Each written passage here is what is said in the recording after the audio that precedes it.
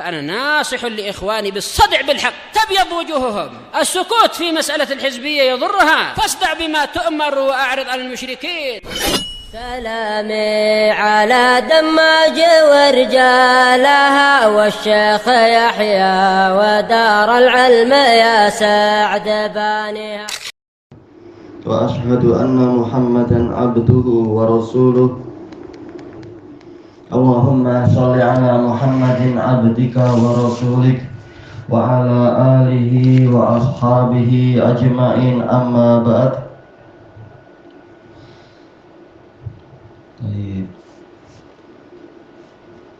Akhirnya kita sudah mau masuk ke pembahasan ayat yang baru ya, ayat ke 139.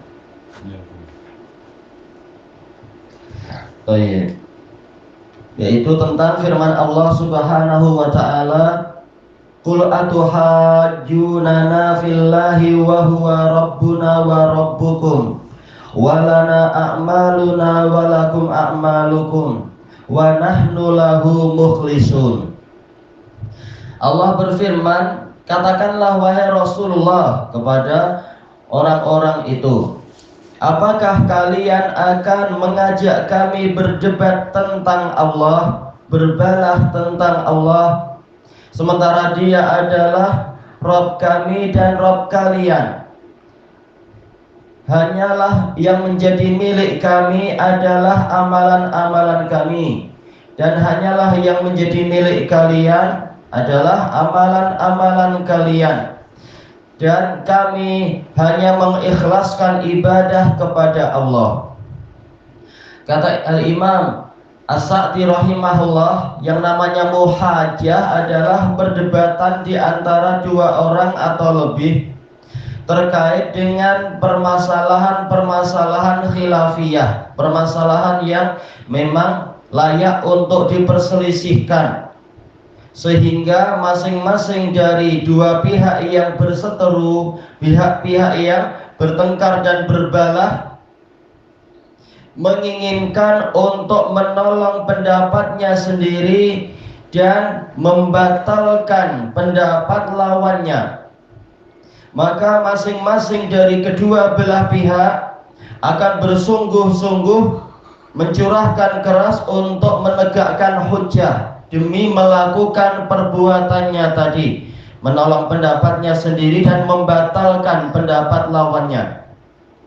Dan yang dituntut dari perdebatan tadi adalah dengan cara yang terbaik dan dengan jalan yang paling dekat untuk mengembalikan orang yang tersesat kepada kebenaran, dan juga menegakkan argumentasi kepada pihak yang menentang.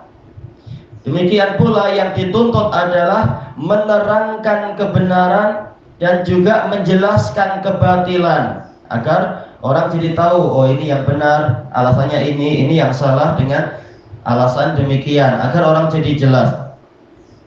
Kemudian apabila perdebatan itu keluar dari perkara-perkara ini, keluar dari syarat-syarat yang dituntut ini tadi, maka dia itu namanya adalah mumaroh, yaitu sekedar perbalahan yang tidak bermanfaat, pertengkaran. Dan mukhasomah, sekedar perlawanan semata, sekedar berlawanan, perdebatan yang tidak banyak faedahnya, yang kata beliau di sini tidak ada kebaikan di dalamnya dan akan memunculkan keburukan yang banyak. Maka para ahli kitab, mereka menyatakan bahwasanya mereka itu lebih berhak kepada Allah daripada kaum muslimin, lebih berhak untuk berdekatan dengan Allah daripada pengikut Nabi Muhammad SAW. Dan ini hanyalah dakwaan dan klaim semata yang memerlukan bukti dan dalil. Maka apabila Rabb mereka semua adalah satu, istilahnya apa kalau orang di sini orang awam, yaitu Tuhan kita dan Tuhan mereka itu sama. Dan bukanlah Allah Ta'ala itu Rabb mereka tanpa melibatkan kita. Yaitu Allah bukan hanya Tuhan bagi ahli kitab, Dia juga Tuhan kita, Dia juga pencipta kita. Dan masing-masing dari kami dan kalian akan mendapatkan hasil amalannya. Maka dalam status ini kami dan kalian itu setara. Dalam permasalahan ini kami dan kalian setara. Maka semata-mata yang seperti ini tidak mewajibkan salah satu pihak itu lebih berhak dekat dengan Allah daripada pihak yang lain. Kenapa? Karena memang sama-sama mengaku menyembah Allah Ta'ala, meyakini Allah sebagai pencipta. Kalau memang fitrahnya masih tersisa baik. Sebagian tidak meyakini Allah sebagai pencipta, tapi apa? Tuhan anaklah yang mencipta alam semesta. Tuhan Bapa hanya menciptakan Tuhan anak. Ini memang apa? Sangat lebih parah lagi pihak yang seperti ini. Sebagian besar orang Nasara meyakini itu, kata Ibnul Qayyim. Tapi apa? Pada asalnya yang kami sembah dan yang kalian sembah sesuai dengan dakwaan kita adalah sama, yaitu Allah. Dan masing-masing dari kita akan mendapatkan hasil amalannya sendiri. Maka kita setara di sini. Dan kesetaraan ini tidak mewajibkan salah satu pihak lebih layak untuk berdekatan dengan Allah tanpa pihak yang lain. Kenapa? Karena memisahkan perkara yang masih setara tanpa ada faktor pemisah yang berkesan, itu adalah dakwaan yang batilah. Memisahkan di antara dua perkara yang setara dan semisal adalah merupakan penentangan terhadap kenyataan yang sangat jelas. Ini mukabarah. Mukabarah itu adalah apa? Yaitu menentang kebenaran yang sangat jelas. Baik, apa bezanya antara kami dan kalian sehingga kalian mengklaim kalianlah sebagai yang terdekat dengan Allah, bahkan sampai mengklaim sebagai anak Tuhan? Apa bezanya kami dengan kalian? Sama-sama mengaku menyembah Allah dan sama-sama apa? Akan mendapatkan hasil amalannya. Lalu dari sisi mana kalian mengklaim kalian lebih utama di sisi Allah dan lebih dekat dengan Allah daripada kami? Kalau sekitar dakwaan, masing-masing pihak pola dakwaannya sama, tetapi hanyalah terjadi perbezaan keutamaan dengan sebab keikhlasan amal soleh, keikhlasan pelakunya dalam menjalankan amal-amal soleh. Keikhlasan hanya untuk Allah saja. Sementara satu keadaan ini adalah sifat kaum mukminin bersendirian. Hanya kaum mukminin yang memiliki sifat ini. Kalian tidak ikhlas, kalian suka riya, kalian suka mengumpulkan harta, mengumpulkan dana dan memberikan ke fakir miskin atau apa, tidak ikhlas. Kalian cari pujian orang.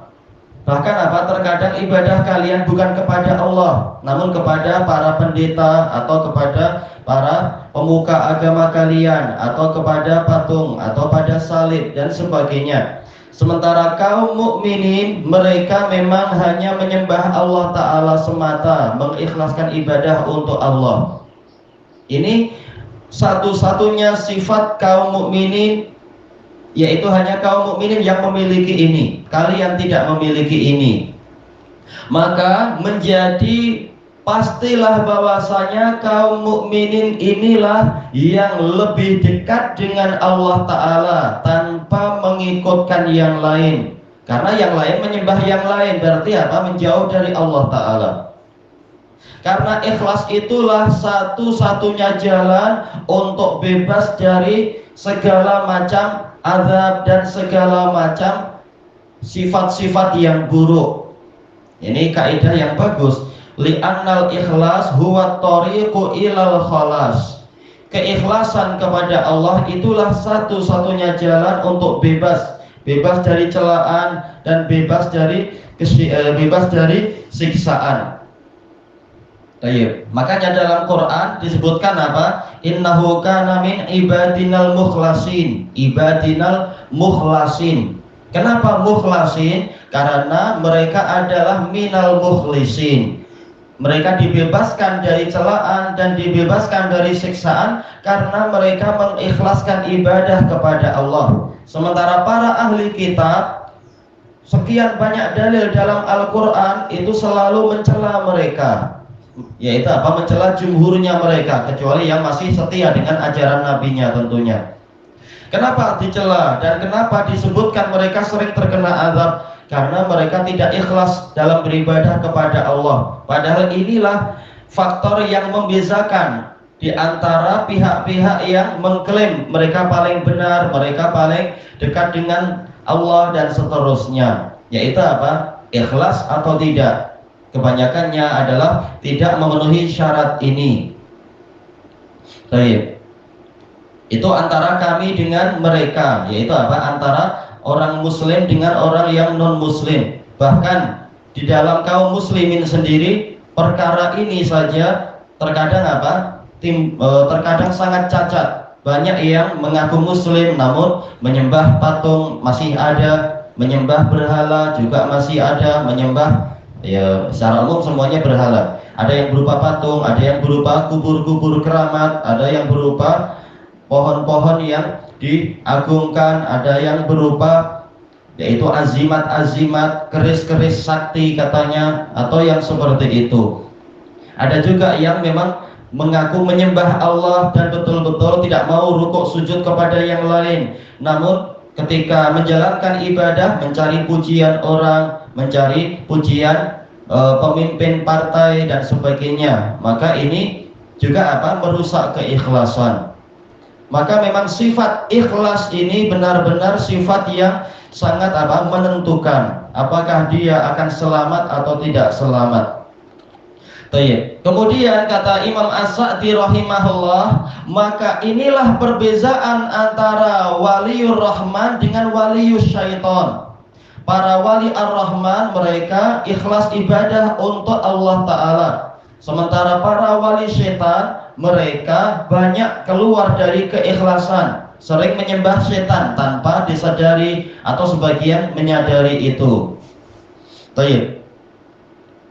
Dan dengan sifat-sifat yang hakiki yang diterima oleh orang-orang yang memiliki akal sehat dan tidak ditentang oleh mereka, kecuali orang yang memang sengaja menentang kebenaran yang sangat jelas sementara dia ini sangat bodoh.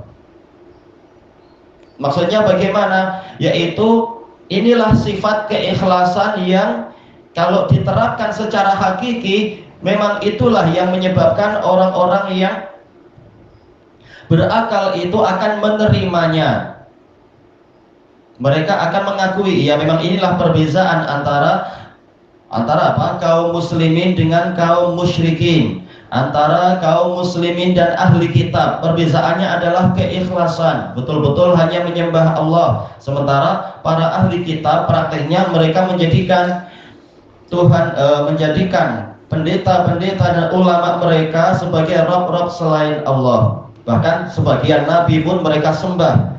Ini sangat membezakan. Sementara kaum muslimin mereka tidak demikian. Muslimin yang memang ikut agamanya Nabi Muhammad Shallallahu Alaihi Wasallam. Adapun yang justru menyembah Nabi Muhammad atau menyembah Ali bin Abi Thalib atau menyembah para wali, itu salah sendiri, tidak ikut Islamnya Nabi Muhammad.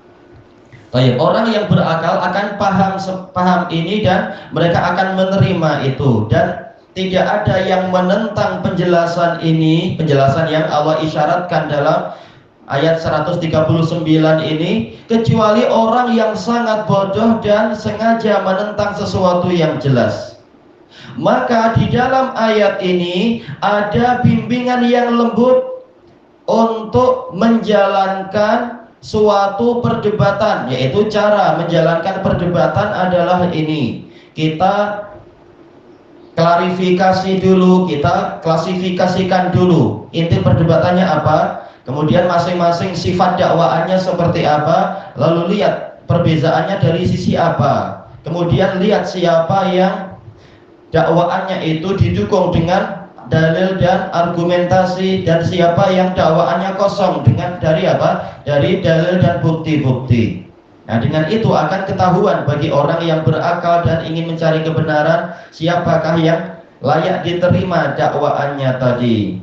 Kata beliau, dan bahwasanya perkara dan urusan itu dibangun di atas dua sifat. Yang pertama adalah menyatukan dua perkara yang sama. Yang kedua adalah membezakan di antara dua perkara yang tidak sama. Dan ini dibahas dengan sangat bagus oleh Al-Imam Ibnul Qayyim rahimahullahu ta'ala di dalam I'lamul Muwaqqi'in. Ini adalah karakter orang-orang yang berakal, dan ini disepakati oleh para sahabat. Bahkan semua orang berakal di dunia, mereka mengakui memang inilah sebenarnya pola yang wajib dijalankan. Dua perkara yang sama, maka wajib untuk disatukan dan disamakan hukumnya. Dua perkara yang tidak sama, wajib untuk dipisahkan hukumnya. Makanya Allah Ta'ala membezakan antara penduduk surga dan penduduk neraka. Walaupun sama-sama semuanya adalah hamba Allah, semuanya adalah ciptaan Allah. Tapi kenapa ada yang masuk surga dengan kenikmatannya, kenapa ada yang masuk neraka dengan siksaannya? Karena memang tidak sama antara penduduk surga dan penduduk neraka. Sampai Allah Ta'ala berfirman, la yastawi ashabal jannati wa ashaban nari wa ashabal jannah. Tidak sama antara penduduk neraka dengan penduduk surga. Memang tidak sama. Kenapa? Karena amalannya lain. Maka bagaimana hukumnya disamakan? Kalau amalannya lain, maka bagaimana nanti statusnya itu disamakan? Tentunya tidak sama. Baik. Nah, dengan ini perdebatan akan berjalan sesuai dengan apa? Sifat yang jujur, sifat yang objektif, tidak keluar dari akal sehat. Karena dilihat baik-baik ini polanya kemana dan hujahnya apa. Adapun kalau sekedar engkau salah, saya benar, hanya saya yang benar, yang lain salah, tiap orang mampu mengucapkan itu. Tapi yang penting adalah buktinya. Maka Allah Ta'ala berfirman, qul hatu burhanakum in kuntum shadiqin. Katakan kepada mereka, wahai Rasulullah, datangkan bukti kebenaran dakwaan kalian apabila kalian adalah orang-orang yang jujur di dalam dakwaannya tadi. Jadi intinya ada pada bukti, intinya ada pada hujjah. Kalau bukti dan hujjah disodorkan, akan terpisahkan antara orang yang benar dan orang yang salah. Kalau sekedar klaim, tiap orang mengklaim. Sebagaimana kita mengklaim kita ini kaum mukminin, ahli kitab juga mengklaim mereka orang beriman. Baik. Makanya bukan semata-mata dakwaan. Kalau dakwaan, tiap orang mampu. Sebagaimana kita menuduh mereka sesat, mereka orang musyrik juga menuduh kita ini orang yang sesat. Tapi bukan itu inti pembahasannya. Intinya adalah siapa yang mendatangkan hujjah di dalam perdebatannya itu, yang memiliki hujjah. Hujahnya memang sesuai, dalilnya sesuai dengan sisi pendalilannya, maka dia itulah yang ucapannya diterima. Dan itulah yang dilakukan hatta di dalam masalah apa? Dalam masalah mahkamah, dalam masalah pengadilan. Kalau kita pergi ke pengadilan, inti pelaksanaannya ada di situ. Dan tentunya seorang hakim dan para praktisi pengadilan, mereka syarat dasarnya adalah orang yang berakal dari sisi agama apapun. Jelas mereka ketika mengadakan pengadilan, orang gila tak boleh untuk jadi hakim atau jadi mungkin pengacara atau jadi jaksa kalau di Indonesia. Tidak boleh jadi peguam dan sebagainya. Jelas syarat mendasarnya adalah dia berakal. Orang yang berakal dalam pengadilan, masing-masing mereka akan tahu bahwasanya dua orang yang berseteru, dua orang yang berbalah, mereka pasti mengklaim mereka yang benar. Jarang akan kita dapatkan mungkin 1:1 juta kok. Satu orang datang ke pengadilan bilang saya bersalah. Tak ada itu. Pasti Pasti kedua belah pihak secara umumnya adalah mengklaim saya yang benar, dia yang salah. Berarti setiap orang ucapannya sama, statusnya sama di dalam hukum, dalam mahkamah, sama-sama punya klaim, punya dakwaan, mendakwa dirinya benar, mendakwa pihak yang lain salah, maka statusnya sama. Tapi apa yang membedakan? Yang membedakan adalah hujahnya nanti. Apa alasan Anda mengatakan Anda benar, dia salah? Alasannya begini, begini, begini. Dari situlah nanti hakim yang berakal, walaupun dia dari agama yang lain, dia akan insya Allah mampu menentukan, oh yang benar memang ini. Walaupun nanti prakteknya apakah dia menghukumi sesuai dengan ilmu yang dia dapatkan atau sesuai dengan rasuah, itu perkaranya lain. Tapi hakim yang berakal, dia akan melihat yang hujahnya kuat, dialah yang layak untuk diterima diterima klaim dia. Baik, makanya dalam I'lamul Muwaqqi'in, Imam Ibnul Qayyim membahas masalah mahkamah dengan bagus sekali. Dua orang yang berseteru statusnya sama di hadapan hakim. Sama saja, yang berseteru ini salah satunya adalah penguasa, yang lain adalah rakyat, atau dua-duanya adalah kaki tangan kerajaan, atau dua-duanya adalah rakyat jelata. Statusnya sama. Yang penting siapa yang memiliki hujjah. Nah, dengan hujjah itulah akan dibedakan antara pihak yang dakwaannya benar dan pihak yang dakwaannya itu keliru atau batil atau kosong. Baik. Maka di dalam ayat ini ada nasihat yang sangat halus untuk menjalankan prinsip pengadilan yang benar, yaitu lihat hujahnya. Karena status kedua belah pihak itu sama dari asalnya, itu sama-sama mengklaim sebagai pihak yang benar. Tapi yang membedakan adalah bukti amalannya dan hujahnya. Terkadang hujahnya nampak bagus, tapi amalannya apa? Terbukti, oh Anda kan terbukti Anda mencuri, buktinya begini, begini, begini. Oh, lidah Anda bagus, Anda pandai, Anda memberikan alibi begini-begini. Tapi bukti amalan Anda ternyata memang mencuri. Ada para saksi yang membuktikan amalan Anda adalah sebagai seorang pencuri, walaupun lidah Anda pandai untuk memutarbelitkan ucapan dan sebagainya. Baik, maka di sini hujjah yang penting, bukan hanya kepandaian berbicara. Baik, ilahuna wallahu a'lam.